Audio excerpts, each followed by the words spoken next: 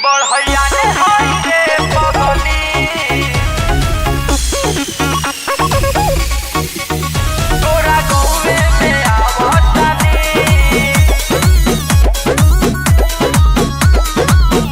बढ़ैया ने होई रे पगली तोरा गौवे में आवतानी घरवा या गौवा मिली तोहरा के खोजता करी तोहर मर्डर हमर भाई मीटिंग करता घरवा या गौवा मिली तोहरा के खोजता करी तोहर मर्डर हमर भाई मीटिंग करता कुछ दिन ला माने जा बतिया के जाने जा रिक्वेस्ट करतानी बढ़ैया ने होई रे पगली तोरा गौवे में आवतानी बाटे के करा में कतना दम सब आके बतावतानी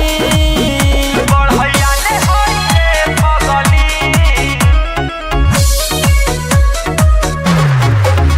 तोरा गौवे में आवतानी तोरा गौवे में आवतानी बतिया के माना नहीं जिद इतना ठाना काटा चला दे खाना दानी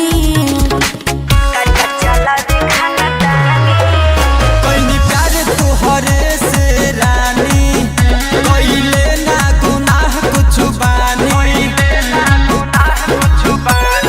लफड़ा हो जाई किसी ठोकाई ऐसे समझावतनी बढ़ैया ने होई रे पगली तोरा गौवे में आवतानी दम के करा में बाकतना सब आके बतावतानी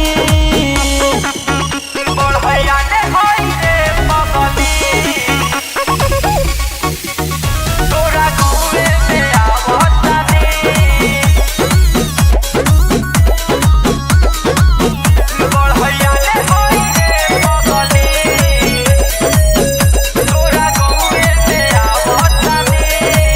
एने ओने ना नजर तू आई हा मन तो रोशन खोजताड़े हो बेटा बढ़ैया ने के बानी कइले ना गुनाह कुछ बानी कइले ना गुनाह कुछ बानी गुलशन जी के बोस हो रखतानी होश हो कसम खियावतानी बढ़ैया